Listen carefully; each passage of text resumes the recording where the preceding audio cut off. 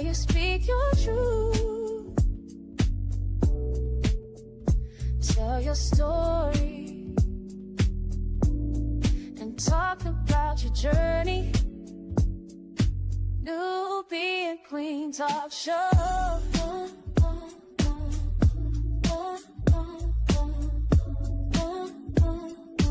Newbie and Queen Talk Show.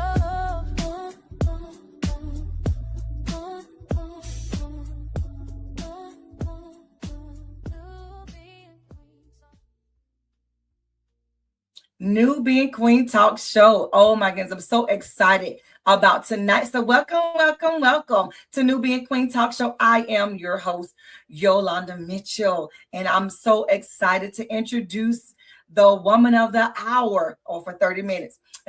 But I'm so excited to have her here with us on tonight. Y'all go ahead and share and subscribe and share this video. It is going to be one that you're going to want to definitely share with your family and friends. It's going to be good.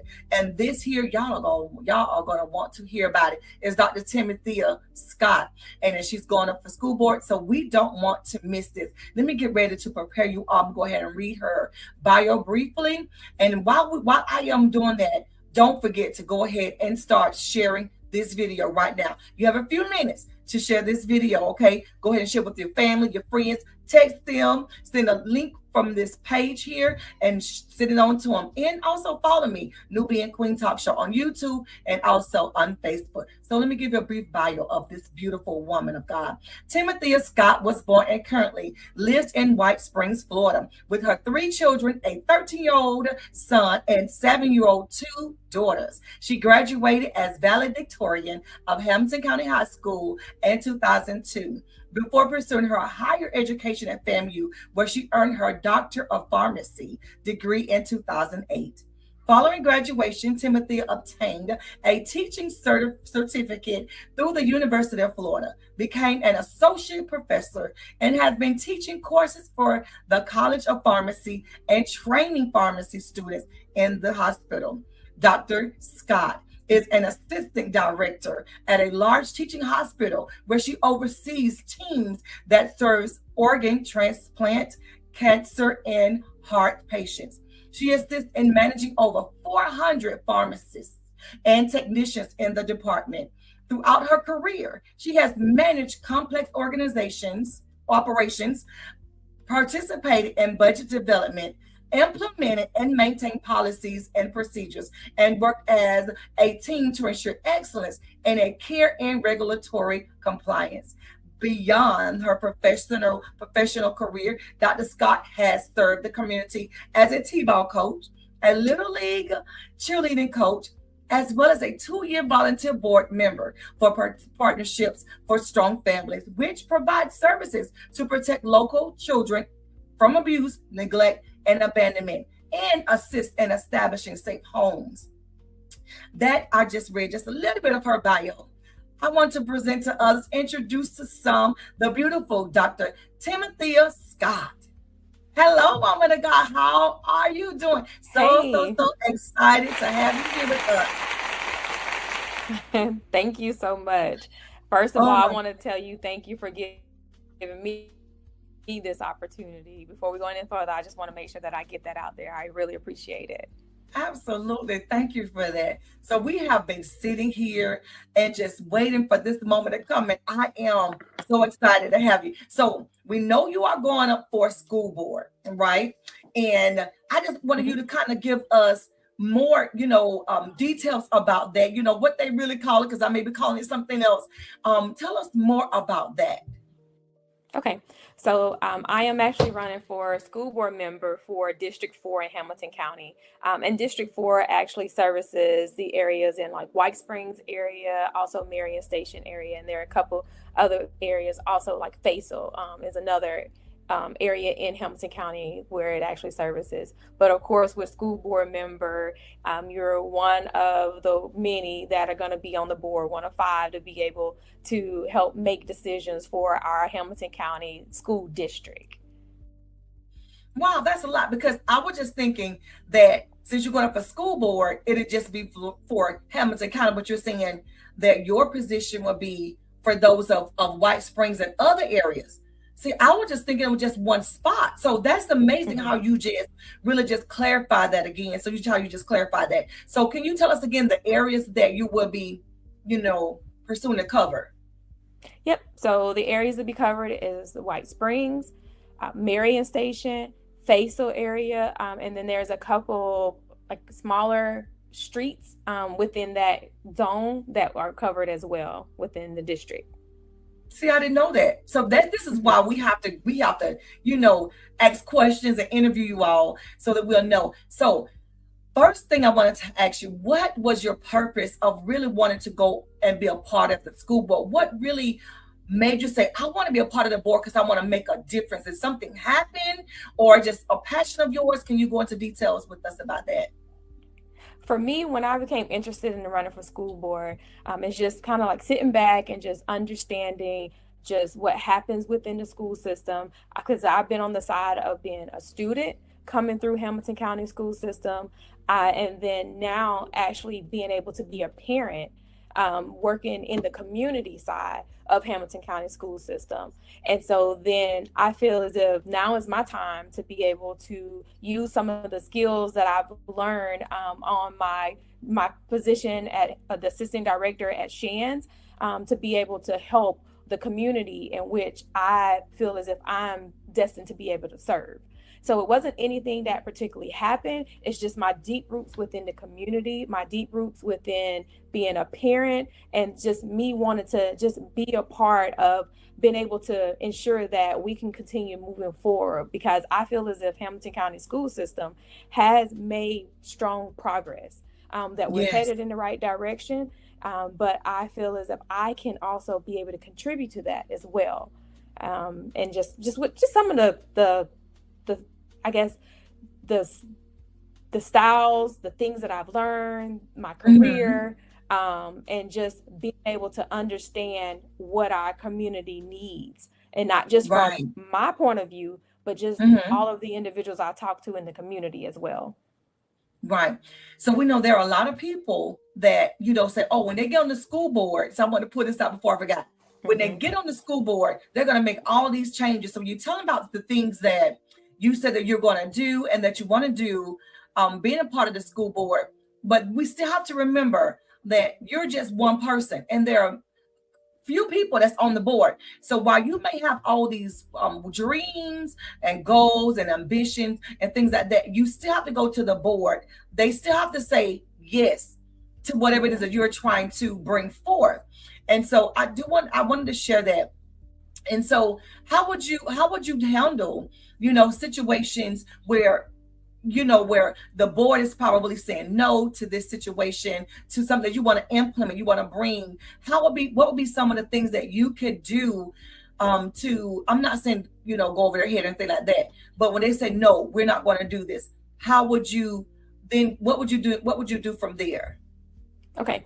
For me, a lot of times when it's decisions that I want to make or things that I want to do, I try to ensure that I have the research available. I try to go back, look it up, make sure that there's things that have been proven to be true, even if it's somewhere else. I like to make sure that the numbers are there, the information is there, the research is there. So therefore, if it's something that someone says no to, I like to have things to back that up, things that support the reasons why I would like for something to be a certain way. So therefore, that's what I feel is important for me to be able to utilize whenever someone says no to something.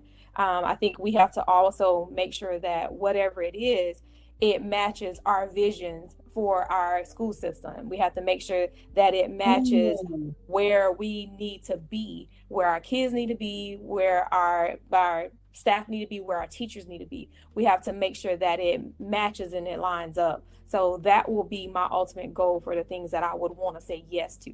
And so that will be the things that I would have to prove to someone else. And I would utilize the research in order to be able to do that. Oh my, that's powerful, because a lot of times we have all these elaborate ideas, but have you done the research? Have you looked into it? What do you have to bring to the table to convince them that that this is something that they would definitely want to look into and want to implement and enforce. That's beautiful. So I want to ask you this: why should parents trust you with decisions concerning our children's education? I feel that parents should trust me with the decisions concerning our children's education, because if I'm coming with something, it's most likely going to be something that has been presented by a parent. So Mm, I would be able to listen to the community. So a lot of times I'm coming with something that has already been mentioned, something that has already been suggested by someone in the community. I'm not going to just come with my own ideas, with my own agenda. So therefore, if I'm bringing forth something that they would like to happen, that they feel is necessary, they feel is going to be valuable and enrich our children, if I'm coming with what they have presented, then therefore they should be able to trust me with what I'm presenting for them. So my God. therefore, that's why I feel as if they should be able to trust me with the decisions that I would like to make for our students. Oh my goodness. Okay, that was good. I thank you for that. So, what are the three biggest problems that you see in our school district right now? And Mhm. how would you address these issues and problems that you see? It's three of them that you may say, this is a problem. And then how would you go about addressing those issues? hmm and I don't like to necessarily look at them as a problem. Sorry, not a Problem? property. Okay. I don't like to necessarily look at them as a problem. I like to look at them as opportunities for growth, or opportunities for elevation. Oh, And so wow. so therefore things or positions or places where I think we have opportunity will be with one, staff engagement, and also retention of our teachers and our staff. I feel like that's something that is very important, because if we're talking about early literacy, we're talking about being able to have the resources that we need to equip our children so that they'll be prepared for the future. We have to have that foundation, and the foundation comes from our staff and our teachers. So therefore, and if you keep people engaged, you make sure that they feel supported, then you have a better opportunity of being able to Mm, retain them and be able to have them to develop them and be able to have them to develop our students. So that is one opportunity that I see is there. Another opportunity is would be the truancy. I feel as if mhm. we have to make sure that our students are present. If they're not present, they can't learn. So therefore, Right. we can have all these lavish ideas, we can have all these resources, but if they are not present to be able to receive that, then it's in vain. It doesn't matter. And another thing that I feel is an opportunity is just with the mental health, and being able to make sure that we can support the mental health of not just our students, but also the mental health of our students and our administrative staff and all of our Mm, individual staff, when it comes to like our bus drivers or our custodians, come or on. those that work in the cafeteria. I think that mental health is so important. So So important. therefore, that is a place where I feel like we have an opportunity to improve. And so therefore, those are three things that I feel is the truancy, so that our kids can be there to learn, the engagement, and also the retention of our teachers, and then the mental health for everyone. So I My hope that God. answers your question. Oh my goodness. Listen, I'm sitting up here in awe. Like, what else could I ask? I was sitting up here and I was just thinking that parents have to get more involved.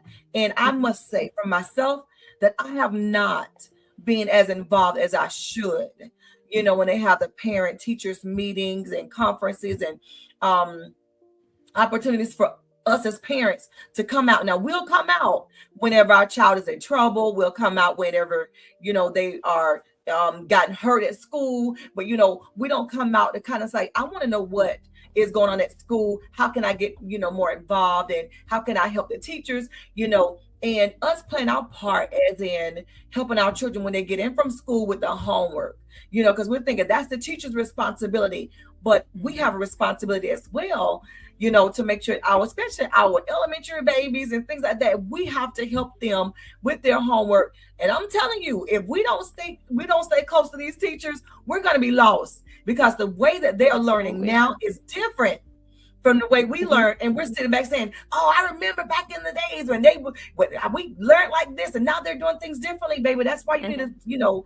help them with their homework. You need to talk to the teachers, have like um relationship with these Mhm. teachers. And when you have a relationship with them, like my son, he's very energetic. He's very busy, and Mhm. I cannot imagine being a teacher, having three of my babies in one classroom. You know what I'm saying? And so I try to keep a relationship with the teachers as best I can, to let them know that I love and I'm concerned about my child. And if they tell me that he's doing something, I'm not going to say, "Oh, no, he's not doing that. He's not one of those children." I may say, "Oh, that's surprising. I wouldn't have thought he would have ever done. I wonder where he gets that from." But I'm not going to go into denial mode. But anyway, that's my Right. rant. Do you want to add to that No, before I go to the next question? I agree with you wholeheartedly. I think we have to make sure that we stay close to what's going on with our children at school. Make sure that we're not there just whenever they get in trouble, because I Right. think that's where the relationship starts. And if we're only there when they get in trouble, I think that's when the relationships break down. That's So right. therefore, I think we have to make sure that we are involved from day one, with Right. with our teachers, so that the teachers feel comfortable reaching out to us, whether it's something positive Mm, or it's something that's challenging that's going on with our children. So therefore, that's very important. But I also feel we have to make sure that we have that connection, so that if it is something that we are questioning, that we feel comfortable speaking with that teacher about it, because we've yes. already developed that relationship. We've already developed that rapport with that teacher. So, absolutely, it's very important. And it can't just be the learning that happens at the school, because Right. your child is one of several in the classroom. So, therefore, Right. you have to make sure that redundancy is at home as well, that Mm, you're going over the everything that's happening in the classroom, that you're my God. reading with your child, and that you know what's truly happening in the classroom. My So I goodness. definitely, I know we have to support our teachers. We have to support the school system. And just even in saying that, we have to make sure that if it's something that our children are struggling with, don't Hmm. send them to school every day struggling with the same thing. We have to be able Mm, to recognize that, so that we can yeah. give them extra help if they need that extra help. And Right. we, like you said, they're learning different. So we may Yes. not be able to teach it the way that the teachers are teaching it, but we have to take advantage of any opportunity to seek extra help for our children when necessary.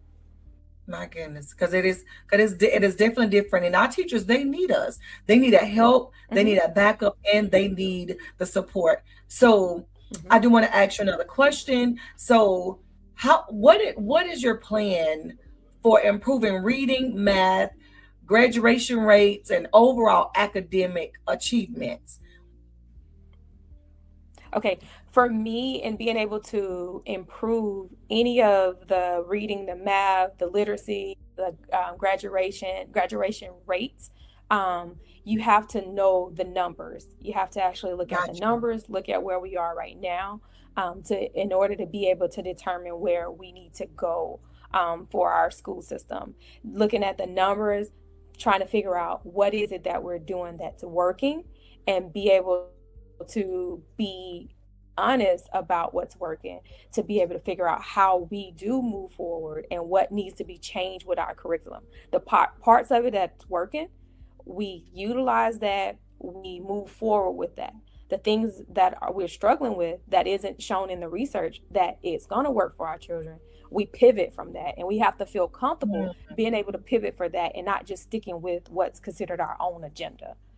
So, and mm, I will say, I think our graduation rates, was slated to Yes, be ma'am. at 98% right now. Yes. So, Mm-hmm. but regardless, whatever it is, there's always room for For improvement. improvement. So we got to look Yes. at what's working for us. Yes, ma'am. Thank you for that. And so we talked about how you support teachers while also holding Mhm. school accountable for students' achievements. We already talked about that. Mhm. What can be done to recruit and keep great teachers in our district? Because I'm telling you that people have no idea. I worked as a substitute teacher for a Mhm. few years, and Thank you. yes, ma'am. And so I was, why they don't do this and why they don't do that. Mhm. But when I got it and I started working, it was like a whole different. We have all these questions, but when you get in there, it's a whole different ballgame. If you know how your child is at home, just imagine how they are away from you and how they may act and how they may conduct themselves. And we have all these questions, regarding how they may act and things like that, Mhm. and um, how they should behave and things like that. But we have to also understand that we have to support the teachers, you know, and trying to keep great teachers in there so they don't leave, Mhm. so they can want to come Right. back and they can return back to the school, but at the same time, we want to keep our babies in school so they don't miss too many days and they fall behind. You know what I'm saying? Right. So, Mhm. what could be something that, we can do to do our best to try to keep? Well, I'm sorry. What will you all do, or what would you do, or what you think that can be done to try to keep great teachers in our school system, to work, to want to continue Mhm. repeating and keep coming back and being excited and not being Right. burned out? What are some of the things that you think you can bring to the table? The same way that you just mentioned, keeping great teachers, we have to let them know that they're great. Mm, Recognition, one thing that I've noted, just even with my experience with staff engagement, employee engagement, is research has shown that one thing that would make someone leave or don't want to stay at a place is that they're not receiving proper recognition. mm, That is something that has been proven in the literature, that's research has shown. So therefore, if they are great teachers, we have to let them know that we recognize them as a great teacher. We value them as a great teacher, and that we support them as a great teacher, because that is very important that those teachers feel supported and support from day right. one. Because Mm, when you have new teachers, they have to make sure that they have a support group so that whenever mm, they are figuring out, kind of navigating their way, figuring out what works for them and their teaching style and the yes. learning the different children's learning style, that they have a Hmm. support system that can walk them through the things that they may see as a challenge. So we have to make sure that they're supported from day one. I know that the new teachers have mentors, and I know the mentors, they have a full-time job themselves, but Yes, we they have to do. make sure that we're not just checking the box, but that we are truly being able to find a way to provide that support that's necessary for those teachers. My And God. that if there's things that they're challenged with, like if they need professional development, that's something that I did a little short survey with some of our teachers. It was completely anonymous. But one thing they recognized or that they mentioned that they needed was more professional development in handling challenging students, professional development in handling Mm, students that may have like learning disabilities. So therefore, right. if these are things that are recognized as being needed in our school system with our teachers, we have to be able to find a way to make that available to them. My So God. therefore, I think that that's another piece of it. But also just going back to the recognition piece, letting them know that they are a great teacher, and also burnout is real. Let them know It that is. they have a team, that they don't have to do everything on their own. They can't do everything on their own. So therefore, they kind of have to find ways to set boundaries on their personal life. Like I know many of my teachers have given me their cell phone numbers. Um, Hmm. but you have some people that may abuse that.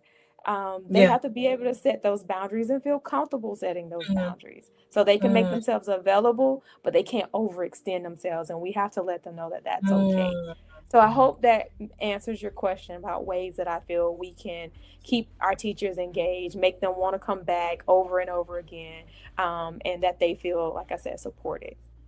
And that's the biggest thing right there, because if they have things going on with the student, things going on in their personal lives, and things that's going on, because whether Hmm.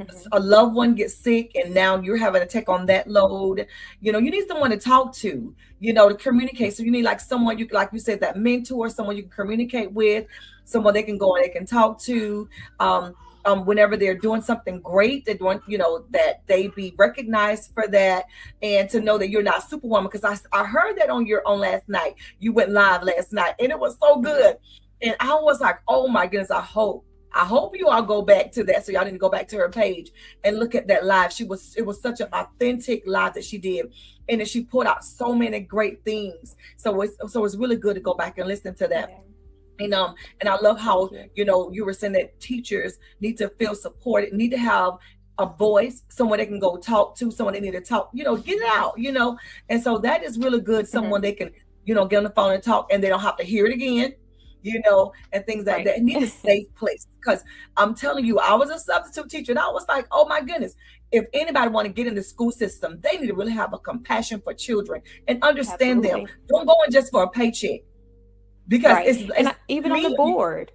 Right. Yes, even on the board. Hmm. And to me it's caring, it's service. You're not going there to see what you can getting a paycheck or whatever. It is there to care for the needs of the children and those who are caring for the babies, so that we can continue having a great education. I was a substitute teacher. I'm not there anymore, but I loved every last one of them. I love Hmm. Hamilton County school system, and to see how it has grown, it's amazing, and it's amazing staff there.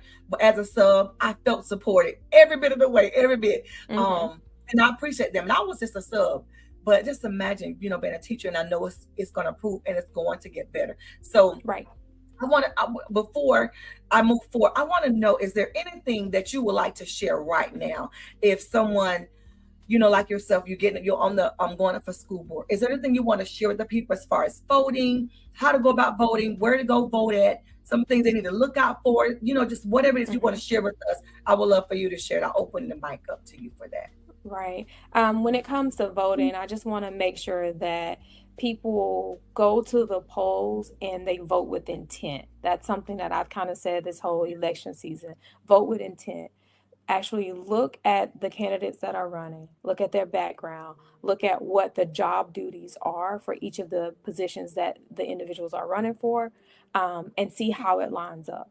And just think about when it comes to school board, because of course I'm running for school board member. So when it comes for voting for school board member, I want you to ensure that you realize that these school board members are working for your students. They're working for the teachers. They're working for the other staff members. So therefore, in working for them, you have to make sure that that individual is someone that whenever you can't have a seat at the table and have a vote, that you trust that individual to be able to give what you have and what you would like to see happen, give it a voice with their vote.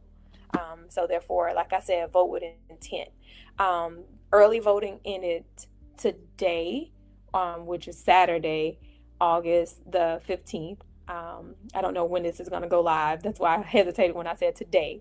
But we do have primary elections, which will be happening on Tuesday, August the 18th. And I believe polls are open from 7 to 7. In District 4, one of the polls is in White Springs at the library, and the other poll is actually in Genoa. So therefore, just be familiar with your precinct. Take your ID that has your signature on it, and be prepared to be there, vote, feel confident in your vote, and walk out and smile about it and know that you made the right decision, and you voted for the individuals that you feel will be able to support um, your needs, your desires, and what you will see happening in Hamilton County. Amazing. So how can they reach you? You have a Facebook page, a number, email. Tell us how can, if people have any questions, they need some professional assistance, help, mentoring, things of that nature. What will be the information you can provide for us on today? Okay, so yes, I have various ways for people to be able to reach me. I am on Facebook. It's under my name, Timothea Scott. That's Timothea Scott, Scott. And then my email address is the first name dot last name at gmail.com. So you have Timothea dot Scott at gmail.com. It's pretty simple, and it's simple for a reason because I want people to be able to remember it. And if needed, my cell phone number is available as well, which is 386-303-2574. That's 386-303-2574. So that's three different ways for you to be able to reach me. For me to be able to share my vision with you if I haven't necessarily made it clear enough for you today. And just if I can sum up my vision for Hamilton County for everyone, is I see Hamilton County school system as a place where our students, whenever they leave, they will be able to be prepared for what's next. Whenever they finish school, they'll be prepared for whether it's college, whether it's the military, whether it's a trade, that we have equipped them with what they need to be able to move forward. That's a vision that I have for our kids. For our teachers, I want our teachers to always be supported, that we can retain those talented teachers so that we can provide what is necessary for the early literacy, for the preparation, for after school that is necessary for our children. And my vision is that our students in our community, that they feel that their voices are being heard, that they have a seat at the table as well. So therefore, those are the things that I have in place or in line in my thoughts for the vision.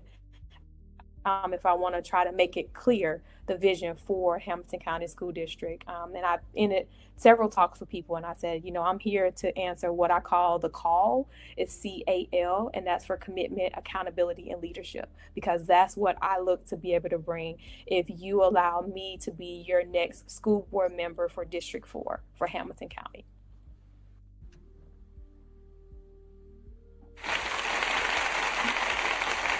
Oh, that's where we ended. Oh my goodness, this has been awesome, woman of God. I thank you for that. I thank you for absolutely your share and your pour on today. This is absolutely amazing, and I'm so excited for this. I'm excited for you, and I'm looking forward to more. So y'all have her information. Y'all have her email. Y'all have her cell phone number, and y'all have ways that y'all can contact her.